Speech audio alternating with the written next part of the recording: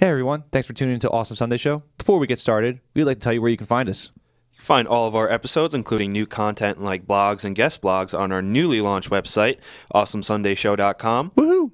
Our podcast is also available on iTunes, Google Play, Podbean, Stitcher, TuneIn, and YouTube. You can find all those links also on awesomesundayshow.com. You can also follow us on our social media accounts, twitter.com/awesomesunshow, facebook.com/awesomesundayshow, and instagram.com/awesomesundayshow. Thanks for tuning in and enjoy the show. You're listening to the Electronic Media Collective Podcast Network. Yeah, it's a mouthful. For more great shows like the one you're about to enjoy, visit electronicmediacollective.com. And now, our feature presentation.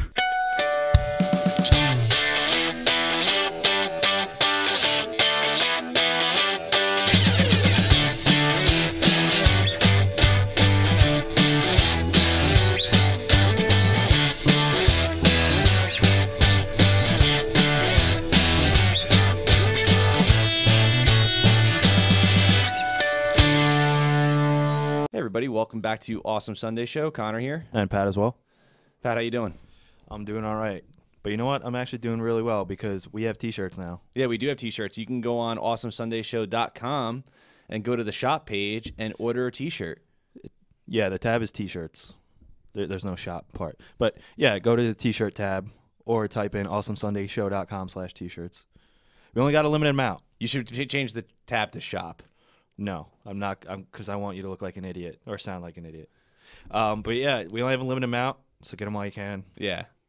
But if they go fast, that means we know they're in demand, and we'll probably get more. More will come. Yeah. And More they will come in greater numbers. What's that line in Field of Dreams? If you build it, they will come. Mm-hmm. If they buy it, more will come. Well, I was going along the lines of the same people. They will come back in greater numbers. Anyway, today's episode is going to be about Guardians of the Galaxy Volume 2. Yeah. And before we get into anything, this is a spoiler-heavy episode. We're going to spoil everything. So if you haven't seen it yet, what are you waiting for? Yeah. It's your fault. Go see it. Come back and listen to this. Or I believe Justin Vicina is writing a spoiler-free review for awesomesundayshow.com. So check that out first. Go see the movie, then get your ass back to this. Yeah. Agreed. Yeah, and then let us know what you think of the movie. Yeah.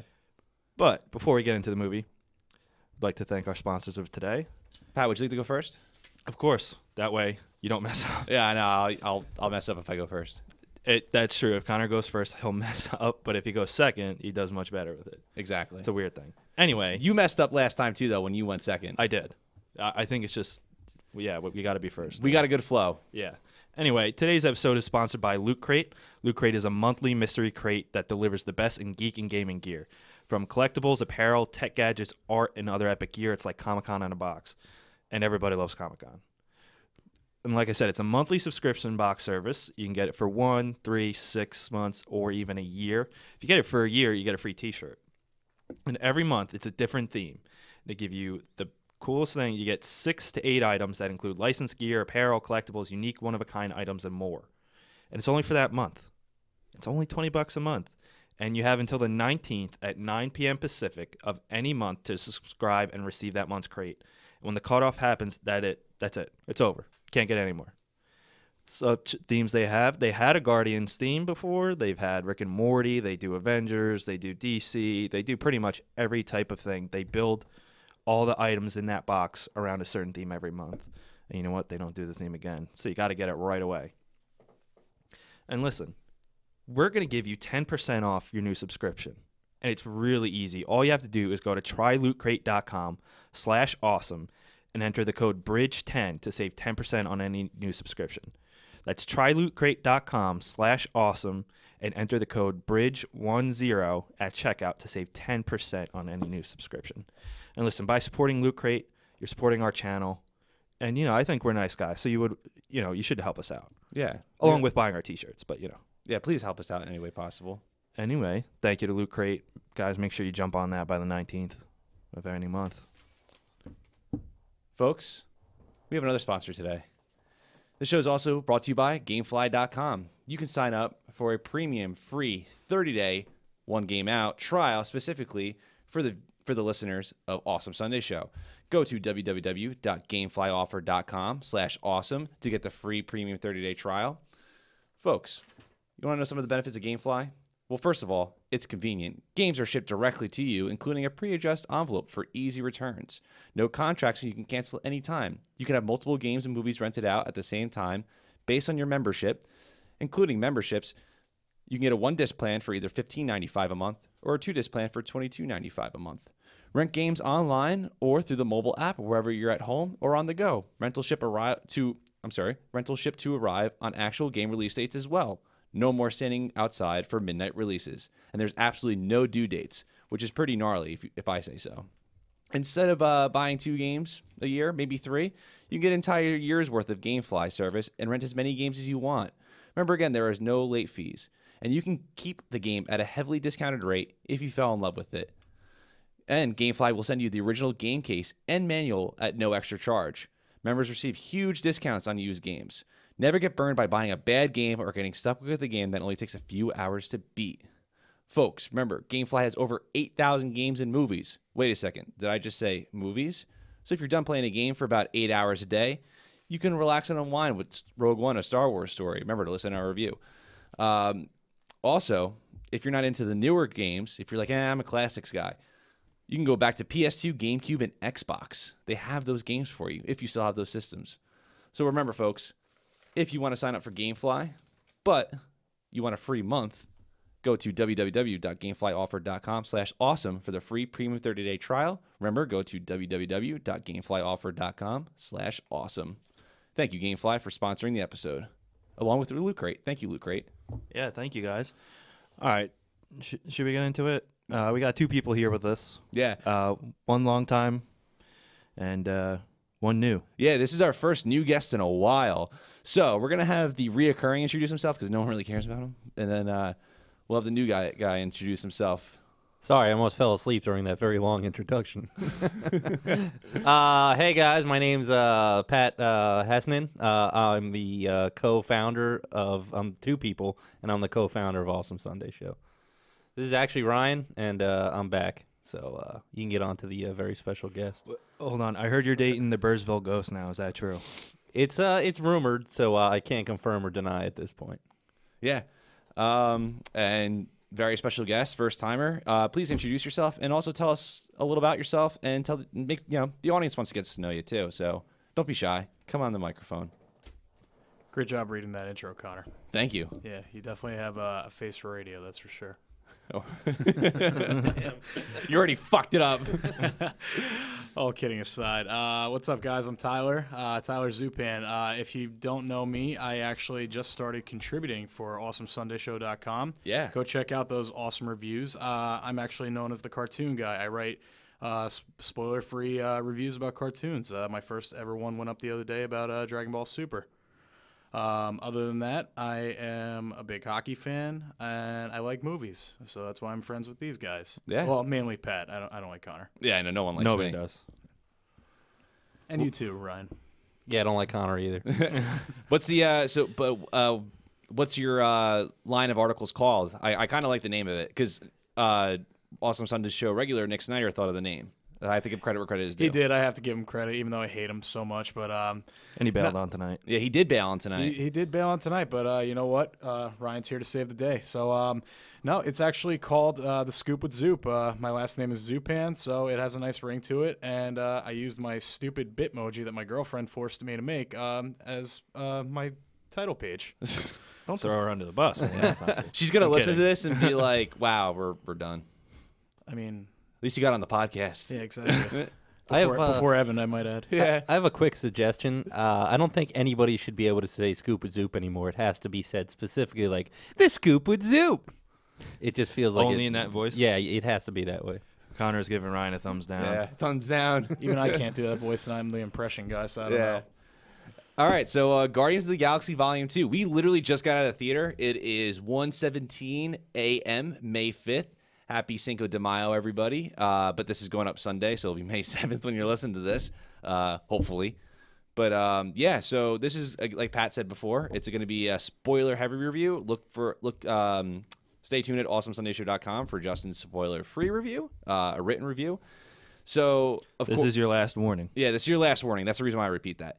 So, Zupan, this is your first time on Awesome Sunday Show. You are the very special guest. So, I'm special. very special guests always go first when we ask the questions. So, to start the podcast off, just a general consensus of what you guys thought of the movie. I think we can all universally agree on one answer, but Zupan, go first. Tell us what you liked. And I mean, even though you told me it was bad, I loved it for one. oh yeah, totally. All serious note, it was phenomenal. James Gunn really brought it this time, and honestly, I thought it was better than the first one. I really have to say that. The character development, which wasn't even lacking in the first one. I mean, the first one, I agreed with our friend Anthony D'Elia. Like, it was kind of like an origin story, you know, showing how the team was formed. But in this one, there was a lot more substance to all the characters, showing their backstory, showing a lot more emotion. And, of course, the bomb soundtrack, which we were all waiting for. I think that was one thing that fans were really excited about with this movie. But all in all, I really loved it. I thought it was terrific. Yeah, I don't know, like, you know, Ryan, what did you think? I thought it was a tremendous piece of shit. No, obviously I'm kidding. Connor's friend. It was a lot of fun. So I really liked Guardians 1 a lot. I thought it was better. I thought it was a better movie. However, if somebody were to say they liked Guardians 2 better, I would say, hey, that's cool, because it was an awesome movie. It was a lot of fun. Like you said, character development, that was definitely there. It was a lot of fun, and I'll tell you what, they killed it with back-to-back great openings. Guardians 1 had a bomb opening. Yeah. I thought it was awesome. I actually thought this one was this might have been my favorite opening credits scene ever. Like, you know, just like everything going on in the background, all the turmoil, they're fighting this like indestructible monster. Yeah. Baby Groot's just walking around dancing, like fighting with little like rat creatures, and you know, and you know, that's another thing about the movie. It was hysterical the entire time. The jokes were perfect. You know, I thought out of all of them, I thought Drax really stole the show with his jokes. Yeah. Yeah, I couldn't stop laughing. Like, me and you know, Dan Halligan and Bill Pivets and Damien, we were all sitting together, and we were all just laughing, even though, you know, we had the misfortune of sitting next to Damien. You guys were the Guardians of the Galaxy. Yeah. But at least you didn't sit alone like Ryan, and he sat in somebody else's seat at first. I was among friends. Yeah. you yourself and who else? Everybody in the theater, they're all my friends. Yeah, I agree. This movie. Don't want to put dead air in. This movie was. No, I was gonna say like a really like not cool joke. Yeah, because you're not cool, right, guys?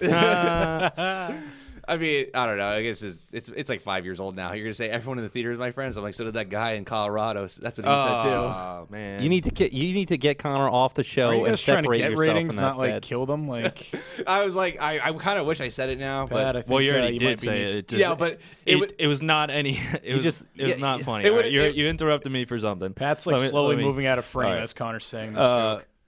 I'm gonna shut off his microphone. No, the movie was absolutely phenomenal. A really strong sequel that really built upon the first one, and you know, put itself in the upper echelon of the MCU already. Even though, you know, the first one is in my top 5. This one, I'll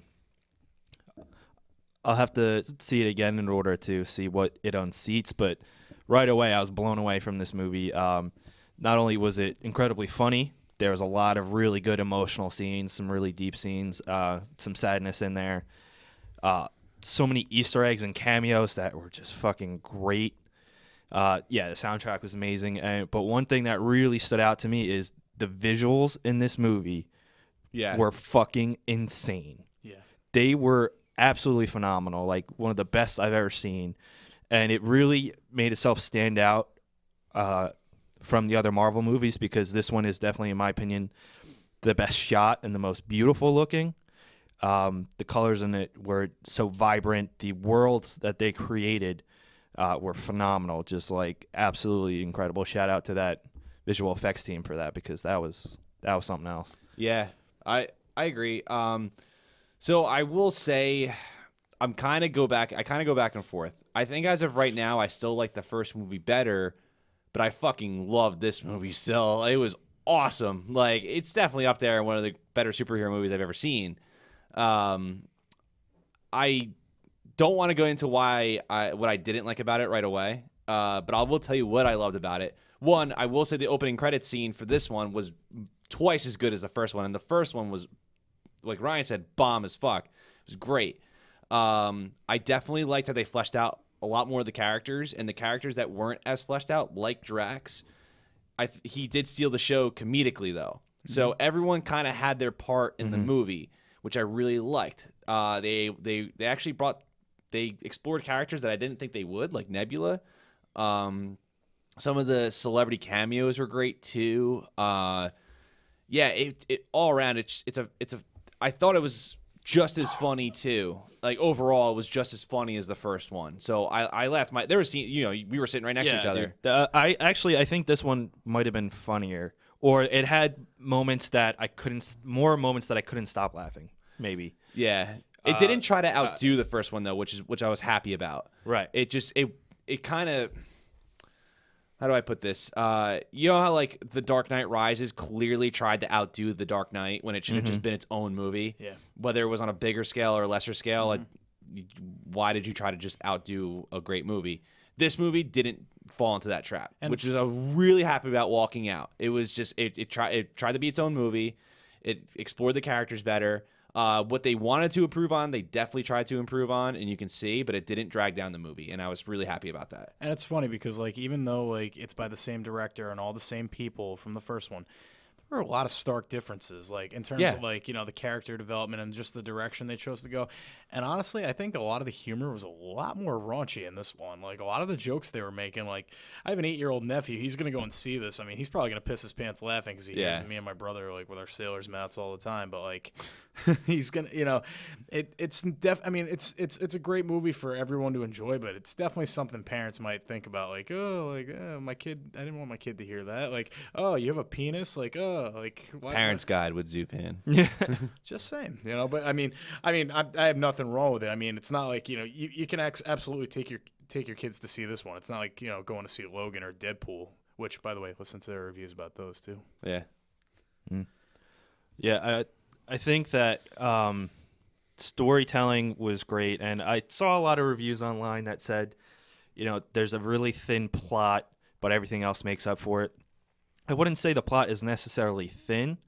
They kind of bounce around it a little bit. Yeah. But I think like you still know what the plot was. It still accomplished what it wanted to do. It set up like years worth of future movies. I think James Gunn said like the material that's in this could set up 10 more years worth of like Marvel cosmic movies. Good.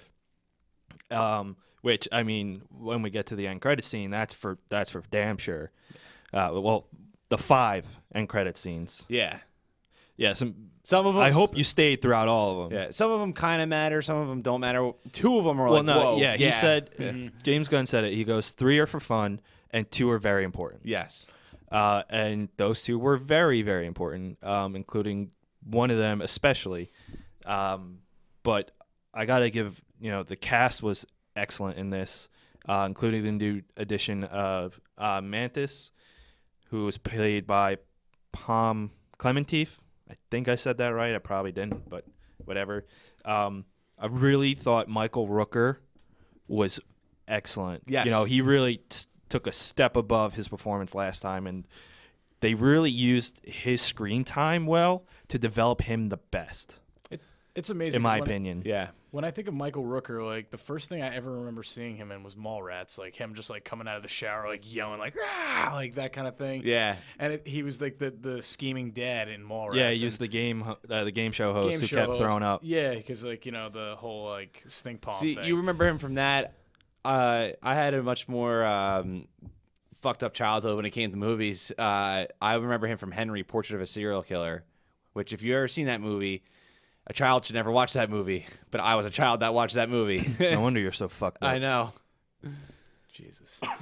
I think that But he was awesome in Mallrats. Yondu was like they really made the most out of him that they could, that really set him apart from the Yondu of the first movie. Yeah. And I was really happy they gave him his fin, because that's his original fin from in the comics.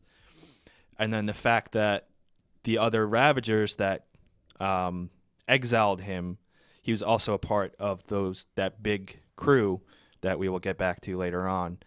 But Michael Rook, I mean, you couldn't pick a bad performance in this, but Michael Rooker's character development, I think, stood out to me the most.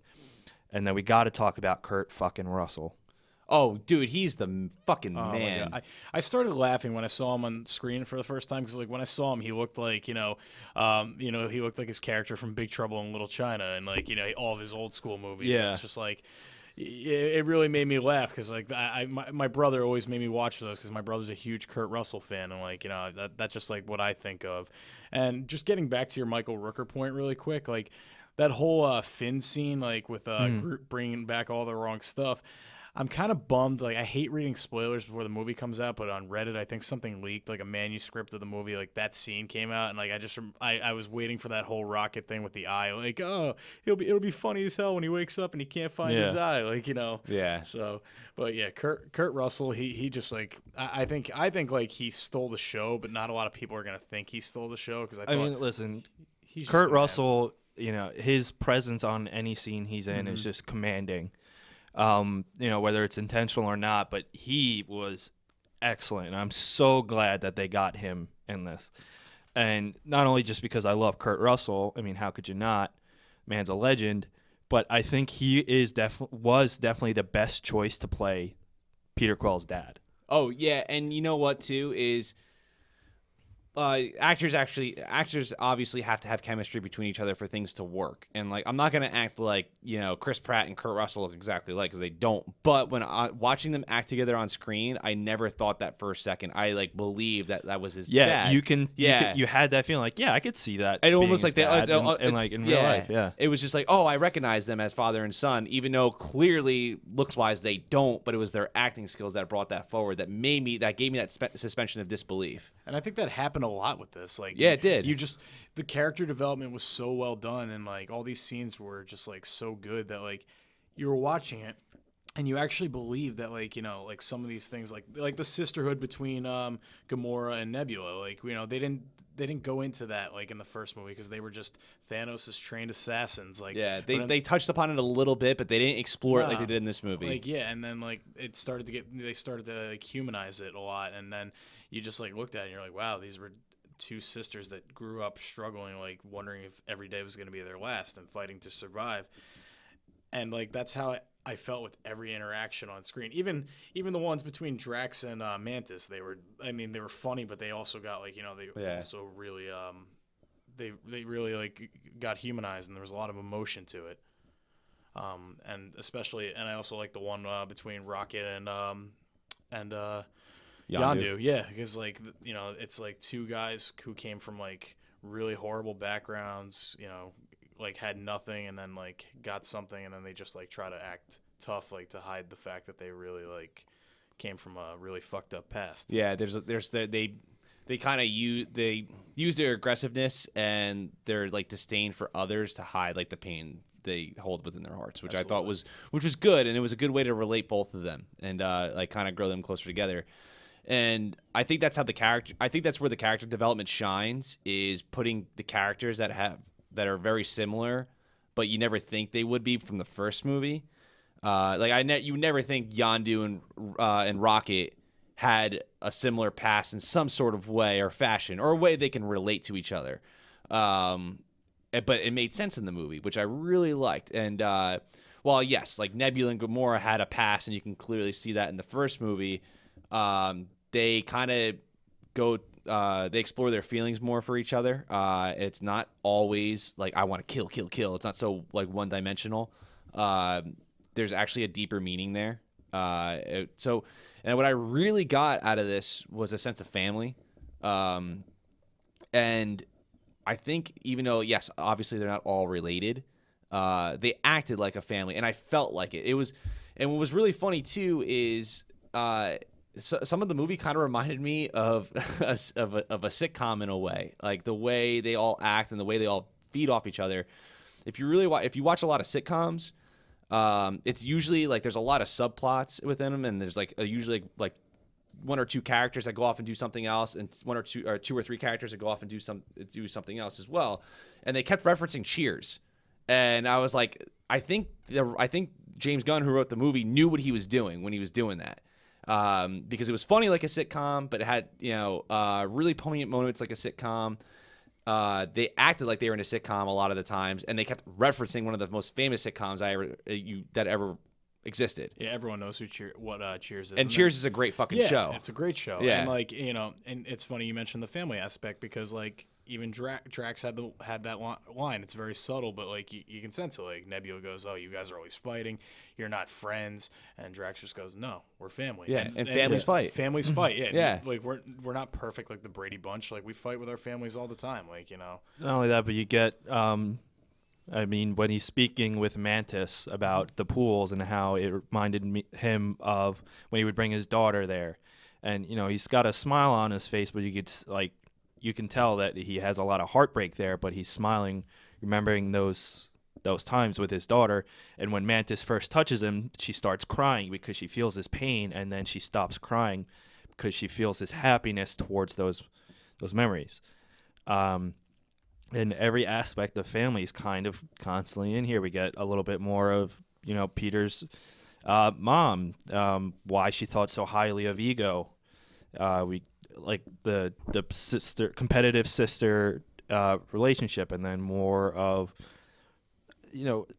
Rocket and Yondu kind of gave off a brotherly vibe, in a way. Mm-hmm. And the fact that they have a connection because they kind of had a similar upbringing in the way that they were treated and the things that were done to them, they kind of became brothers like that. And that's why at the end you could tell that how hard it hit Rocket. In the first movie, had Yondu died like that, wouldn't have hit him nearly as hard. But in this, especially like when he's leaving Yondu down there, knowing that he only has one propulsion system and then one space suit, and he knew what Yondu was going to do, it broke his heart. Yeah. And, you don't really get the emotional aspect of that you did in the first one, even though, Rocket does show emotion in the first one, especially when Groot dies. But in this, he puts up, you could just break off his hard trash panda exterior, and you got inside this little raccoon. And then, obviously Baby Groot stole the show in the opening scene, was phenomenal. And, that's going to be the new best-selling toy of the year is Baby Groot. Oh, yeah, absolutely. But Baby Groot, I love the way that they used him. Yeah, it was awesome. I thought he was gonna actually, be involved in the fighting, because even though he's little and he's Baby Groot, like he still has like all of his powers, and you thought like, all right, maybe he can contribute in some way, but no, he was just like the helpless little not helpless, but he was the baby, like he protect him, make sure he stays back. And it was funny in the opening credits, like he eats the bug and Rocket immediately stops. He's like, nope, spit it out. Yeah, and speaking of him being the baby, that goes into the family. He was the baby of the family, the little brother, or however you want to treat it. Or teenager at the end. And then at the end, he was a teenager, and with all the vines all over. I was waiting for like a masturbation joke to pop up in that scene. Yeah. But that was really well done. And I guess over time, Peter is able to understand Groot, because throughout both movies so far only Rocket was, and I guess the more time they spent with him, everybody starts picking up on it. But yeah, the aspect of family, and James Gunn had talked about it previously, but yeah, the aspect of family in this was really strong. And even when Ego's blue blobs started taking over the different planets, when it finally stops the last time, and that blue car is like has its back wheels up on it. Yeah. That was Peter's grandfather from the first movie. Oh, I didn't notice that. Yeah. Because I thought there was some kind of meaning behind that car. Like, I thought like, all right. Yeah, that was Peter's grandfather from the first movie. Wow. And so it's nice to see that he's still alive and kicking. And Gamora talked about Peter going back to Earth and how he's so reluctant because his mom died there, but he still has family down there. And so maybe in Infinity War something will come up, or in Guardians 3. But so he has family in other places outside of the Guardians team, even though they are his family now. While in the first one, they were kind of like a ragtag group that was kind of forced, or had no choice but to become friends and work together. Yeah, they were incarcerated together. They wanted to kill each other. It was all about the money and, like, you know, obtaining the Infinity Stone. But, you know, now you see, like, yeah, there really is a lot, you know, there really is a family bond between the 5 of them. And now, like, you know, with the inclusion of Mantis and then Nebula, I mean, she flew off at the end, but I don't think, you know, we definitely haven't seen the last of her. Like, Absolutely not. No. Well, I mean, it's confirmed she's in Infinity War. Well, all the Guardians are. Yeah. And it's a little weird because it might be in like a flashback scene or not, but Michael Rooker was constantly on set of Infinity War 1 when it was shooting, so I wonder if for, you know, some comic book plot force that we'll see him in it. Even if it's just a little cameo. Well, I mean, there's also, you know, the possibility that maybe, like, the Infinity Stones could bring him back. I mean, yeah, I mean, they can literally pretty much do anything. Yeah, so, I mean, that's always a possibility. Think we'll see the Red Skull come back then? That would be sick. I would love to see Hugo Weaving again. Oh, yeah, he was Hugo Weaving. awesome. But going back to Yondu, the funeral for him, as poignant as it was, one of the things I loved about it the most is while he's getting cremated and his body, you know, is kind of like turning into the glitter that's going out into space, it formed into his arrow at one point, which I thought was a nice little nod for him.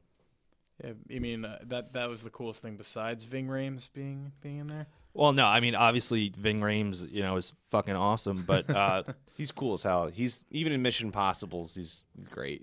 I love those movies. and the Piranha movies, Oh yeah. those piles of shit. But Jesus. also, I wish, you know, I was so happy when Stallone came on screen. Big Stallone fan. Dude's awesome. His role is great. He's actually plays.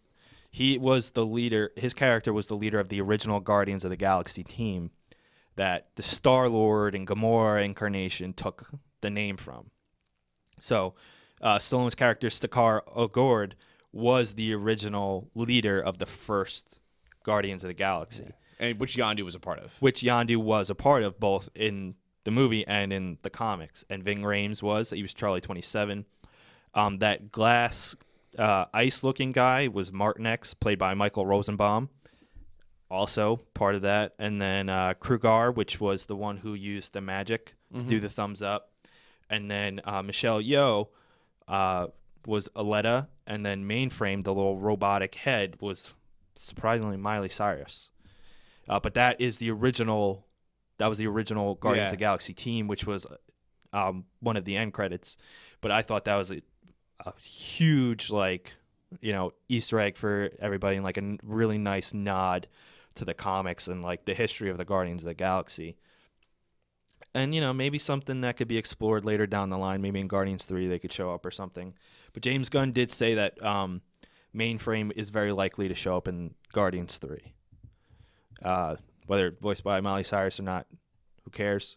Don't really care. Will the robot she have is. a pixie haircut as well? I hope not. But going to Krugar, on the drive home, Oleski, our buddy Chris Oleski, pointed out how the magic he used was similar to Doctor Strange's. And at first I was like, not really, but it kind of is. Although the connection between Doctor Strange and Krugar are definitely 100% different from him on screen now, even though who knows, it'll be explored. But in the comics, Krugar, Doctor Strange found him in the 22nd century and made him his like apprentice. And eventually at one point Krugar took over as Sorcerer Supreme. So I guess that's another little connection to another Marvel character that's currently in the MCU that was really great. And can we also just give a quick shout out to yet another awesome cameo by Stan Lee? Oh, thank you. Stan Lee's cameo. It might be my favorite cameo he was ever in. It is the best Stan Lee cameo because of who he was talking to. And yeah, when that scene happened, we looked right at each other and we're like, I look at you, I'm like, do you know who they were? And you're like, and gone. It was the fucking Watchers. Yeah, and I was like, holy shit, and dude. For those of you who don't know what the Watchers are, they are these ancient immortal beings who are like almost as old as the universe, and they're called the Watchers because their job really is to observe all of life in the galaxy. They're all like assigned to different sectors, and not to interfere, hence the Watchers, but to record all of the events and all the life forms and everything. But we know they do interfere in one aspect, and that's with Galactus. They do interfere with Galactus. Yeah. You're right. And One actually, of them does. Uatu. Yeah. Actually, he also worked with Richard Rider Nova a couple times. He helped him out, which I was kind of hoping to see Nova in this, even though I know James Gunn didn't want to put him in, which is a bummer. But yeah, Uatu does have affiliation with Nova. But yes, the Watchers was such like a great Easter egg, such a great cameo, because there has been this theory, which I still love, which was not proven here, but that Stan Lee's character, he's the same character throughout every single Marvel movie because he's one of the Watchers, and he's on Earth just observing. And in this, he actually talked when he's on screen, he talked about his time in the war, which was his cameo in Age of Ultron, and then he talked about being a postal service worker in Civil War. So he had memories of all these things. So he still could be the same character in every single movie, Right. or not. But I still, it kind of confirms that he is not a Watcher. But just having them on screen was awesome. Yeah. Very unexpected. I did not see that coming whatsoever, and when I saw it, I was like, "Holy shit!" Yeah, I mean, it's just like and I'm on my way to your house earlier, Connor. I was just thinking, I'm like, wow, look how far we've come in like to the MCU. Like Iron Man came out like 10 years ago already. The first Iron Man, nine. So. It's just amazing how far we've come in. And Pat, you were just saying, like, your top 5. Like, we have that many movies now where we can form top 5s, maybe soon even top 10s. And Top 15s. Top 15. I mean, it's going to keep going, like, they're making so much money off this that they can keep going with, like, whatever they have, material for. Like, Kevin Feige is just laughing all the way to the bank right now. Kevin Feige. Feige? Yeah. Is that how you say it? Yep. I was always curious. It's fine because the first few podcasts, I think we said it wrong too. No, I always knew it was Feige. Oh yeah. Yeah. Oh, I don't know. Well, I'm stupid, guys. There you go. Well, listen. Shoot, Fitz. Ryan, any thoughts? Kind of just sitting over there masturbating. Oh, I was letting you guys do all the talking. Kurt Russell is awesome. We discussed that already. I do wish, though, that Stallone and Kurt Russell had a scene together for Tango and Cash. That would have just been awesome, but still, having them both in the same movie is pretty fucking great. Any other things you liked about it, Ryan? Kurt Russell is pretty awesome. No, I mean, back to, I didn't really get a chance to speak on that earlier, but Kurt Russell is one of my favorite actors because you can put him in any piece of shit, and he's just awesome. He's a great actor, but he's just like I feel he's like a cool dude. Like I enjoy seeing him. I feel like if you Denzel too. If you put Denzel in any movie, he's gonna be good. Yeah, no matter what's around him, he'll be good. Yeah, it's the same effect. As far as everything else, like I said, I really enjoyed this movie a lot. It was awesome. I mean, yeah, like you're right. Like, because Kurt Russell, everything. I feel like everything I've watched him in, like like Big Trouble in Little China. It's a cult following movie. Like I mean, it's a classic, but it's a cult following movie. Yeah. But he just something about what he did in that movie. He just made it so much better to watch. Even that new piece of shit like Poseidon movie, like the remake that they did. He was still badass in that too. Like I don't know. He's good. He's good in everything he's in. But you know what? And one thing I really enjoyed about Kurt Russell in this movie is that the MCU obviously has always had a problem with their villains. They're either really boring or bland, or they just kind of serve as a plot point for the heroes. There's no real characterization of them, and that's one thing DC has always had over Marvel, and they're seriously missing the mark when it comes to the movies.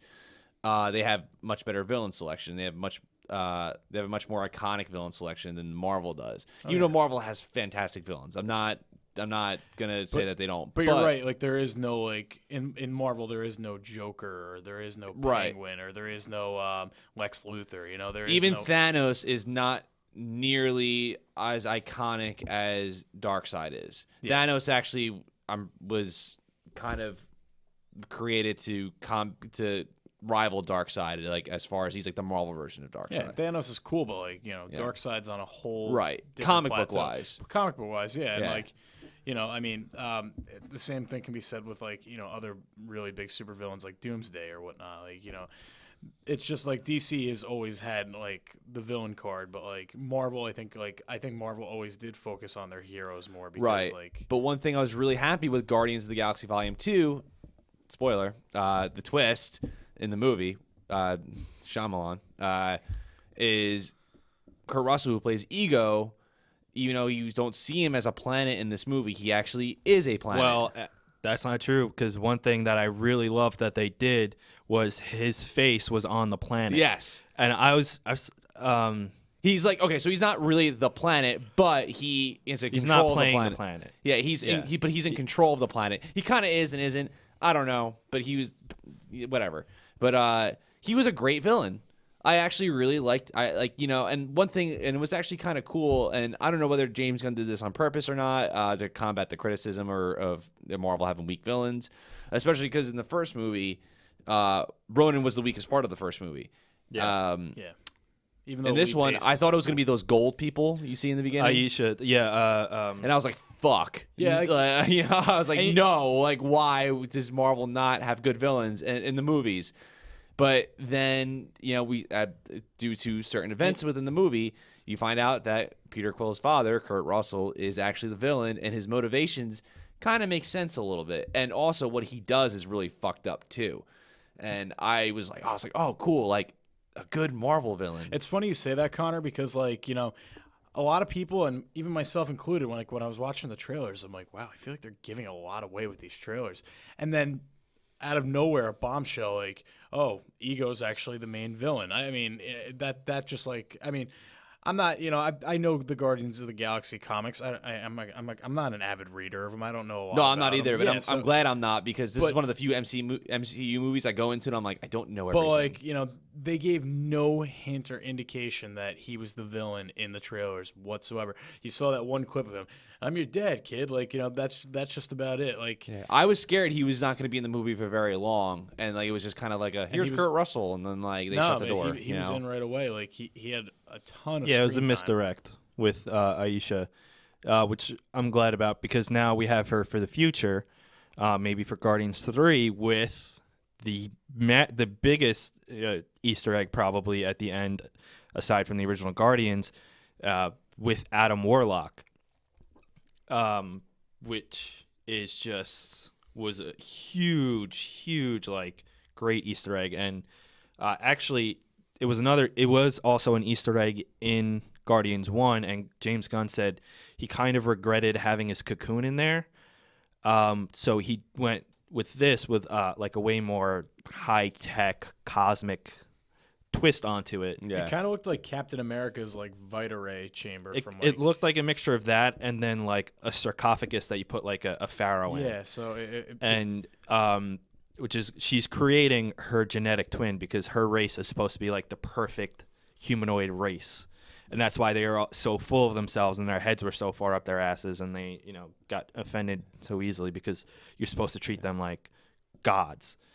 And but Adam Warlock is a huge like player in the cosmic side of Marvel, very, very powerful, involved in so many cosmic events of Marvel, and also in some Avengers-based things. He has interactions with a lot of big heroes such as Nova, Quasar, High Evolutionary, and then just a huge amount of things. And he also was really important to the Infinity Stones too. So it's a big deal, and we're gonna see him hopefully in Guardians 3, if not sooner. I was talking with my dad about this the other day. The Infinity Stones. There's six of them, and we were just trying to go down and make sure every one of them was revealed. So we had the Tesseract, we had the Mind Stone with Vision, we had the Ether in Thor: Dark World, Power Stone in Guardians 1. Guardians 1, and then we had the Stone in Doctor Strange. Time Stone. Yeah, the Time Stone, and then what was the sixth one? Does Thanos have that one? No. Was that one revealed yet? No, it's the Soul Stone is going to be in Thor Ragnarok. Got it. Okay. 100% guaranteeing it. Yeah, I think it has to be in there. It can't be, because because they're not going to have an Infinity Stone in Spider-Man: Homecoming. It wouldn't make sense. No, it wouldn't make no sense at all. We were just spitballing, just trying to figure out, have they revealed all of them yet? And we were just wondering has the Soul Stone been revealed yet, or does Thanos already have that one? Because I mean, I remember seeing him put on the Infinity Gauntlet in one of the Easter eggs at the end of one of the movies. I think it was Age of Ultron. Yeah, Age of Ultron. No, it's going. The Soul Stone is going to be in Thor Ragnarok. I'm calling it now. And actually, You heard it here first. because if you see the scene when Hela steps on Asgard and she said Asgard is dead or whatever, and she unleashes that huge orange flame, the Soul Stone is orange in the MCU now. So it's a burst of energy from that.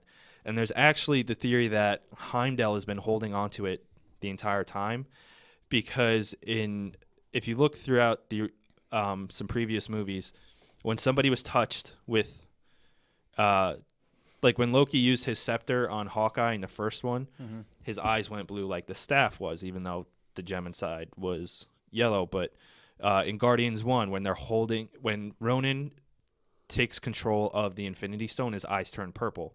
And what color are Heimdall's eyes almost? They're orange. Yeah. And the Space Stone, oh no, it's a Soul Gem, right? Because he's able to see all the lives in the universe, and the Soul Stone can help him do that. Otherwise, it could be or could not, but it would be a good explanation of how he's able to do that, because he could be in possession of the Soul Stone. So, do you think James Gunn is the best director so far in the MCU, or do the Russo brothers can they compete? Are they competitive with them? So, I'll always have a special place in my heart for Jon Favreau and Joss Whedon, because they really got the ball rolling. They brought it to life. They really brought it to life. They really evanescenced the MCU. Just stop. Just go right now. So I'm here all night, folks. But I really kind of blame the higher ups during that phase 2, Like Perlmutter. Yeah. So why they kind of left the MCU, but it's hard to say, because James Gunn obviously is a very talented director, and he comes from the area of Troma, which I love Troma movies, and the Russo brothers just kind of came out of left field. I know, and they're like, "Hey, look at us!" And they fucking they're awesome. I know, and that's what Winter Soldier might be in my top 3 for in the MCU. People look at me weird when I say that, but I thought everything about Winter Soldier was good, and then Civil War was followed up, and that was great too. So that's why I'm really excited to see what the Russo brothers do with the Infinity Wars, because both films that they've worked on so far have been home runs. So yeah, but if we're talking the ones that are current and ones that are coming up, I think Ryan Coogler is immensely talented, and he's obviously doing Black Panther. But right now, he made the best movie of 2016. 2015. Creed? Oh, sorry. He made the best movie of 2015. Creed. But right. James Gunn and the Russos are the top teams right now, and James Gunn is fucking phenomenal. And he took such an unknown team that is so far out there, and then including in this one a living sentient planet, which is an even more ridiculous concept than what was already in the MCU, and just knocked it out of the park and made it excellent. So I feel like, I don't know, I think I might give James Gunn a little bit more credit, because the material and characters he had to work with were a little more challenging to bring to screen, I guess. Yeah, I mean, you saw it was James Gunn, but with you said, with how much of a visual masterpiece it was, you thought it was James Cameron, with all those Avatar. Plus James Gunn wrote and directed both the Guardians film. The Russo brothers are just directing, although I'm sure they have their hands in on the script. But James Gunn was like, that's a very good point. Yeah, that is a really good point. I still like Captain America: Winter Soldier and Civil War more than Guardian of the Galaxy's. I'll say Volume 1 and Volume 2. So I like those movies more, but I think, to answer your question, I think James Gunn probably is more talented because of the job that he does and the feat that he has to overcome, especially when it comes to, what Pat said, those characters and that setting, and what he has to make believable, and he writes and directs it. I don't agree nor disagree. I just I think it's interesting, because you always hear people saying this guy's the best, this guy's the best, this guy should have directed this guy should have directed this, but Yeah, James Gunn, like he's done such a terrific job. Because I'm gonna be honest, like Pat said, it was an unknown team of heroes. Like I had no clue who the Guardians of the Galaxy were before. Most people didn't, Yeah. and when the movie was announced, everyone was predicting it to be Marvel's first bomb. They're like, nobody knows this team. Nobody's going to go see it. It's going to flop at the box office. And then it set the August record, which has since been broken, but it made over $700 million on a no-name team.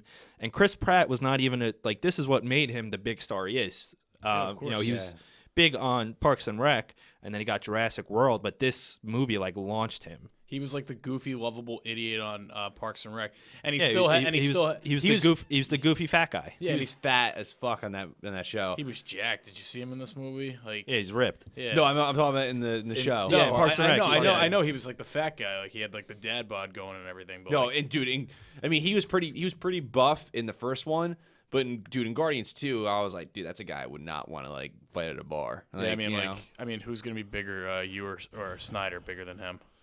me. But okay, so let's get. So we obviously all love this movie. I adored it. I would have paid twice as much to see the movie, but.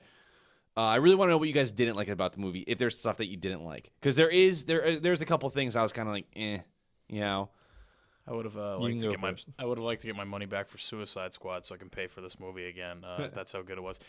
Pat, I'm with you. I'm gonna have to see it again to really say what I didn't like about it. I know some things that I do kind of wanna agree with put a little down on, but yeah, I do kind of agree with what people were saying about the thin plot, but the character development really helped make up for it. Like the little it's like you said, it's like a sitcom, and there's a lot of subplots in a sitcom. So the main plot line, even though it might have been a little thin, there were a lot of subplots in it to keep you entertained, to keep you interested. the characters is what carried the movie Exactly. So more than ever. but it's a similar thing to Mad Max Fury Road. The plot is simple, but everything else around it it's a visual masterpiece. is what makes it a phenomenal movie. And it's the Guardians Volume 2 does have a plot. It's not the most complex, it's not the deepest, it's not, the most detailed, but there is a plot there. Absolutely. But so that I don't really have a complaint against that. I think one of my complaints was some bits went on too long, joke-wise. Oh yeah. Like the thing with Groot not being able to find Yondu's fin, that could have been cut down a bunch, in my opinion. I wonder if when they release it on Blu-ray, there's going to be a extras of just him 10 minutes of him doing that. I can so see that being a blooper reel or something like that. What else? I forgot now. Rocket explaining the bomb again, because they showed that entire thing in the trailer, which is fine because a lot of parts were in the trailer, but that could have been shorter. Star-Lord asking for the tape could have been, just that not. was kind of redundant. All you had to do, all you had to say was, Rocket, if anybody here is going to have tape, it's you. So that bit went on a little bit too long. Even though they weren't the main villains of it, Aisha and her people were kind of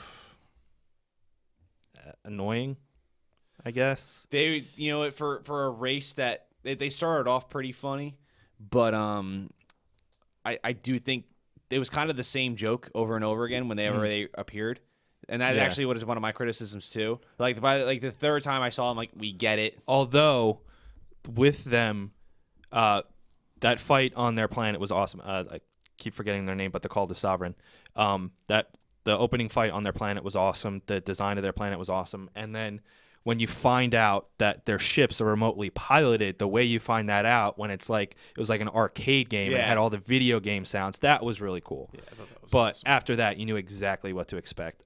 And speaking of them, And you kept getting it.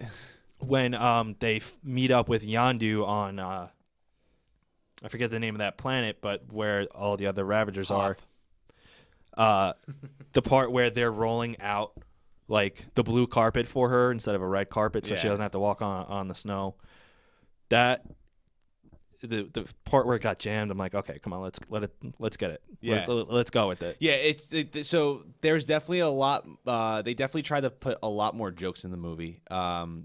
which I think is what you're getting at. And some of like, even though yes, it is just as funny as the first Well, one. it's just some bits should have been shorter. Right. Ryan, I think the planet was called Contraxia or something. shut up. No, I'm serious. I think that's what it was called. You can look it up. It was close to that, but it wasn't Contraxia, and I think Connor's mad at you for that. You look it up. It's something along the line. It might be. I thought you were Contraxia. making a joke. No. I'm sticking with Hoth, just because. Why not? I wasn't making a joke. I think that's actually the name of the planet. You guys are gonna feel like idiots when you look it up. I wasn't really looking for anything that I didn't like. You guys pretty much everything that you hit on. Yeah, I agree with. On top of what you guys said, they did a lot of jumping around and introduced a lot of new characters. I guess it could have been a little distracting, but I mean, I was cool with it. See, I thought so. My biggest criticism was how disjointed the second act was. While yes, it made sense for certain characters to split off and for them to develop individually or with another character, I also felt like they jumped around from scene to scene, whereas if they could have isolated each scene together and made it a little more coherent, because they would explain. So in the car, you had to explain to Chris why Ego had to sleep when they easily could have just had, the setting of them on Ego or in the ship and have that, have an even flow of that and it be a little more coherent and have each section of the movie go that way. So I thought that the middle act was very disjointing for me. I thought it was very uneven. And that was kind of my major complaint amongst what you guys said. I think disjointed, in my opinion, is a strong word to use on it. There were some transitions that were not smooth at all, that were a little clunky. I thought the second act was okay. So it wasn't always clunky. Like it was still great. I enjoyed it. It just didn't flow as natural for me. And like that's with the first movie, its biggest, in my opinion, besides all the positive things we can always gloat about it, is it's a coherent, flowing narrative story, and there's not one part in that movie that I feel like, come on, And unfortunately, Guardians of the Galaxy Volume 2, there's a few parts where I'm just like, come on. In the first one, once the crew gets together, they're never really off screen. Like they're always, for the most part, always on screen together at the same time. Yeah. But in this, with the separation, I think it might have proved a little bit more challenging. And Absolutely. It could have been done smoother, but at least for me, it wasn't jarring for me, or it didn't really take me out of it. It took me out of it a little bit. Well, maybe you just are a bitch. Probably. But no, I mean, it could have had smoother transitions. Some of the transitions were clunky, but I guess it's because of the separation of characters and then building.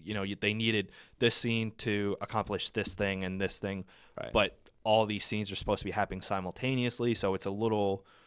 It was a little jumpy. Maybe they should have kind of, instead of splitting up scene by scene, like with Peter and Gamora, and then going to Yondu and Rocket, they could have blended two of the scenes of Peter and Gamora or Peter and Ego together, made that one like continuous thing, and then gone off instead of doing like A, B, A, C, C, D, stuff like that. And then also too, like with the second act, it was with not just you said the jokes kind of dragged on a little bit, or the bits, like this plot point dragged on a little bit too, when Mantis is like, I have to tell you something, and then she's interrupted by Gamora, and then Gamora's like, what are you gonna tell Drax?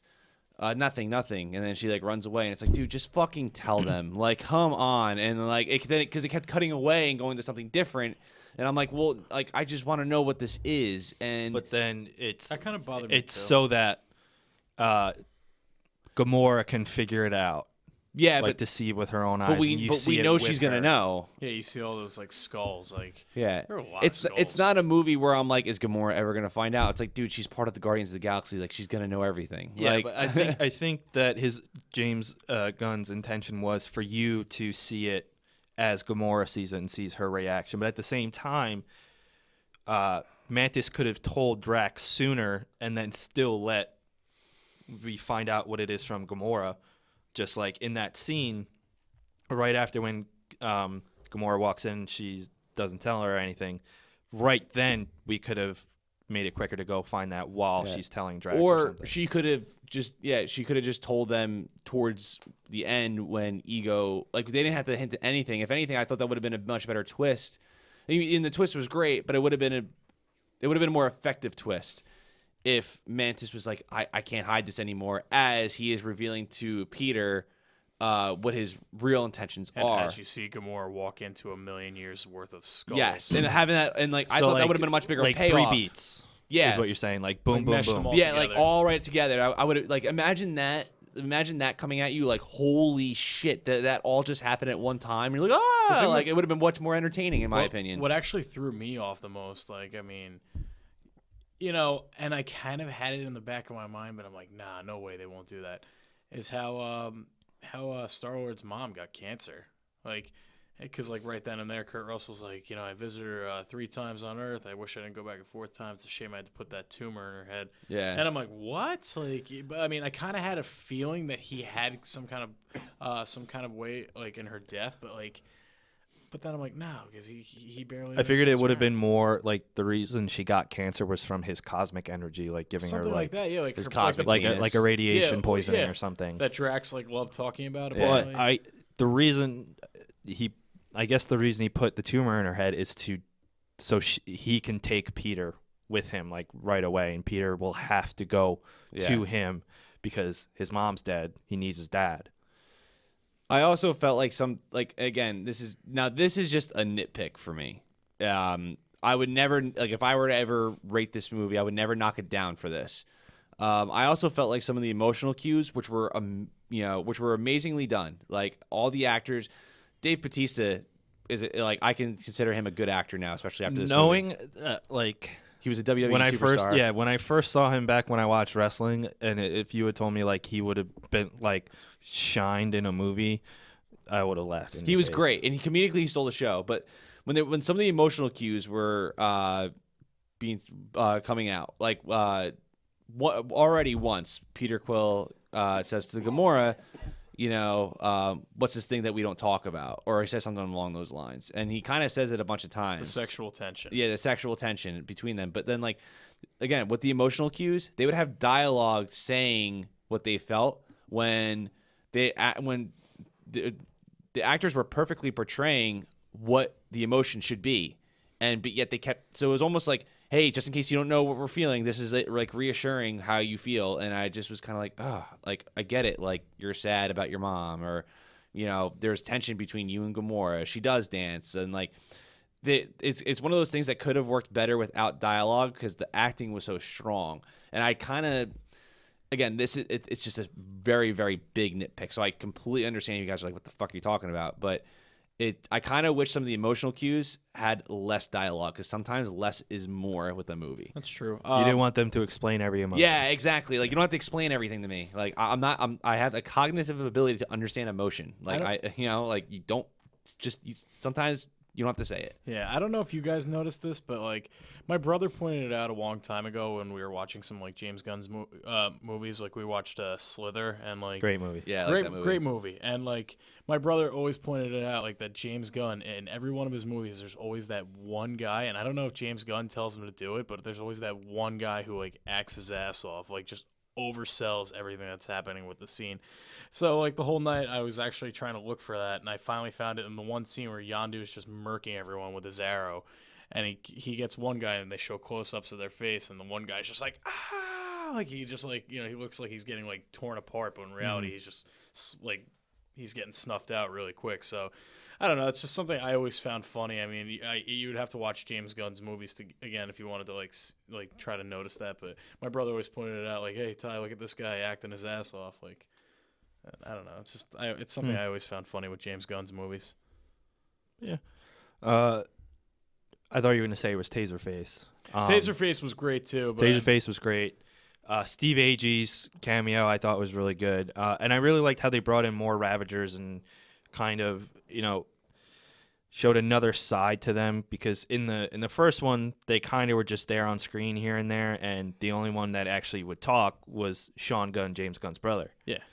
But in this, you really got a side of them that I didn't expect to see. It's but I'm amazing, glad. like how many characters he was able to develop. Like if like if the Guinness Book of World Records had like a record for like most characters developed in a movie, like he probably would have won it with this movie. Well, yeah, and I think that this actually, now that I think about it, makes me think that he might be the better director than the Russos, is because going up to the Avengers, each of those characters had their own movies so that we can learn about them before they teamed up. But in Guardians, he introduces a whole, cosmic Avengers basically in one movie, makes them come out very strong, and then in his second movie, of which they were not in any other movie, he just makes them even stronger. So he kind of did Yeah.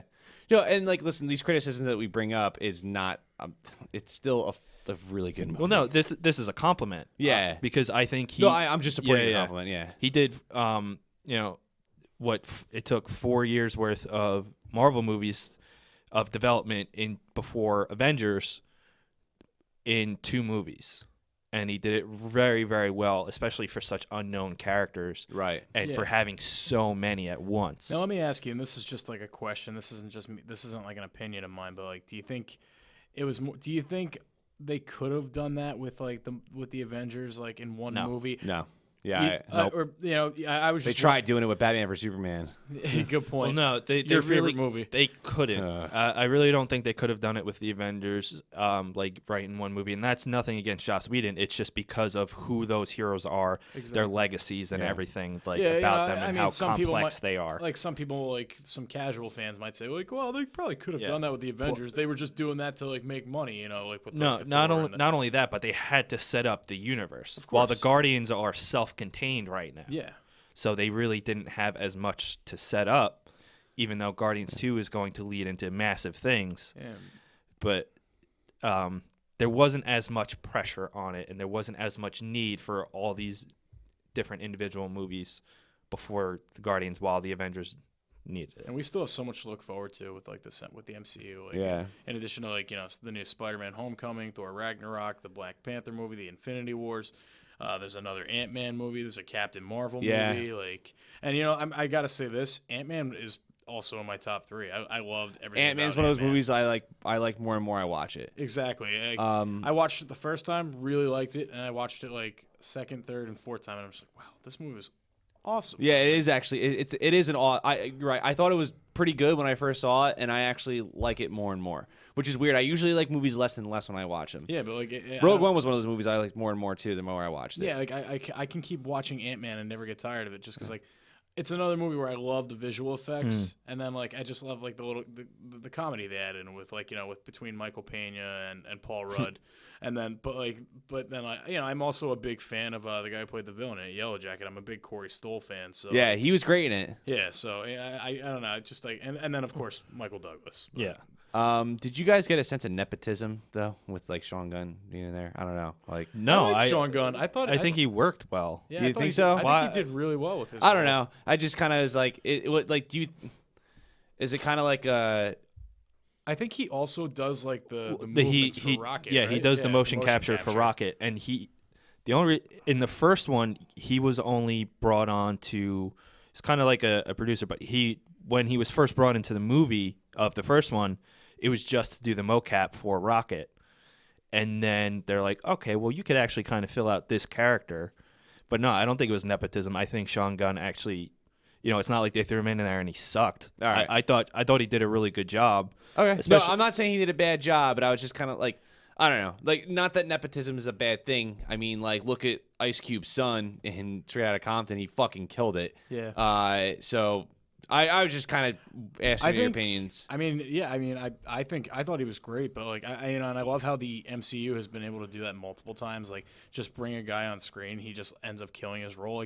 Like Paul Bettany's the ultimate example. He was only supposed to be Jarvis for the longest time, and then they just asked him to play if he wanted to play Vision. He said I never thought I was going to get an expanded role. I thought I was just always going to be Jarvis, and they asked me to play Vision, and of course I said yes.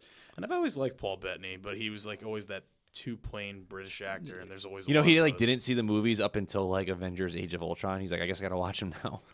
Yeah. No, I don't. I think Sean Gunn earned his keep Okay. for the movie. I don't think Absolutely. nepotism had anything to do with it. Although James, their dad did was one of the townspeople that was like running away. I think something like that. I don't know. I don't know what their dad looks like. I guess he looks kind of like them, but I like when he directors was. do that.